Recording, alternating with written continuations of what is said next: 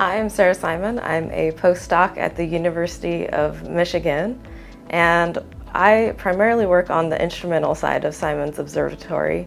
I work on designing and modeling all of the optical couplings, so most primarily feed horns. And I also lead the calibration, sensitivity, and systematics group, which primarily focuses on modeling the instrument so we can understand its performance, so that once we get out in the field after we've made this big, wonderful instrument, that making sure that it actually works, and then calibrating it to make sure that we reach our scientific goals. I also lead the SO mentorship program as well. I got interested in cosmology and physics really early on. So the story starts pretty early for me. Both of my parents were aerospace engineers at Lockheed Martin in Colorado, and so I actually got to see a lot of spacecraft being built. And by the time I got to middle school, I knew that I really loved science. And so then for me, the question was, what science am I most interested in? And it was astronomy and physics. And so went through high school, went to college at University of Colorado, and got a degree in physics and a degree in astronomy. And then I went off to graduate school where I continued working in cosmology. So in undergrad, I didn't really know what part of astrophysics I wanted to work on. So I tried out a couple different labs, and finally, about a year and a half in, I went to a cosmology lab, and I just fell in love with it. And I worked 2.5 years straight after that at that lab, and then went to grad school for cosmology, and I've been doing it ever since. This year was actually my 10-year anniversary of starting to study cosmology. Early in grad school, I started working on a project called the Atacama B-Mode Search, or ABS.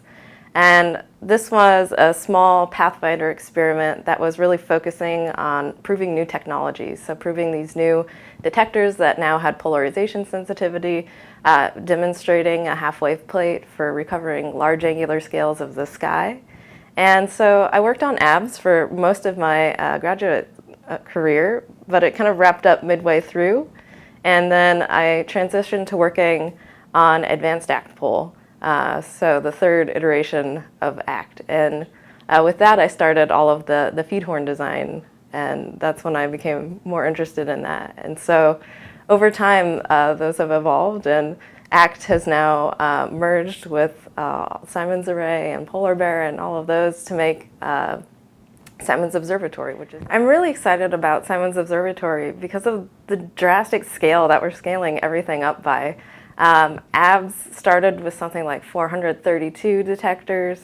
ACT went up to 5,000, and Simons Observatory is going to be like 60,000 detectors, and so we could just do drastically more science with that many detectors because we get much, much more sensitive. So we're here at UCSD, and we're having the SAT integration and commissioning meeting, and so we're talking about, once we've built everything in North America, what happens to it? How do we test things? How do we make sure that they'll work once we put them out in the field?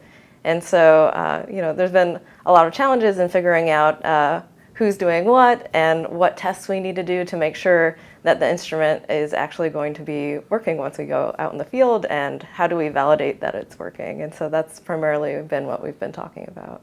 Obviously, there's things that we can't anticipate that may happen, and so we have to try and think of all the possible things that we think could happen, plan for those so that when something unexpected comes along, we're better prepared. Yeah, so some of the major milestones that we'll have are, once we have all the detectors, everything's going to be tested both at UCSD and at University of Michigan by our team there. And then after that, we'll, once everything is put together, we'll go into the field, and at that point we'll be integrating everything together and doing all of the commissioning work, which is the part that I've been working on more. So in our lab, there's a lot going on. So I've been designing all of the feed horns and doing simulations of the lenslet technology as well, so the two optical coupling technologies that we're using, and making sure that those are working. I've been doing all of the development of the feed horns, so making sure that we can make them and doing so. So that's been a big part. We have a graduate student in our lab who then is testing the beams of the feed horns to make sure that they match what we simulated and that everything is good before we hook them up to detectors and start testing. And then we have Katie Harrington, who's another postdoc, and she is essentially putting together the whole tester. So they'll test a full optics tube from the large aperture telescope in a SAT cryostat.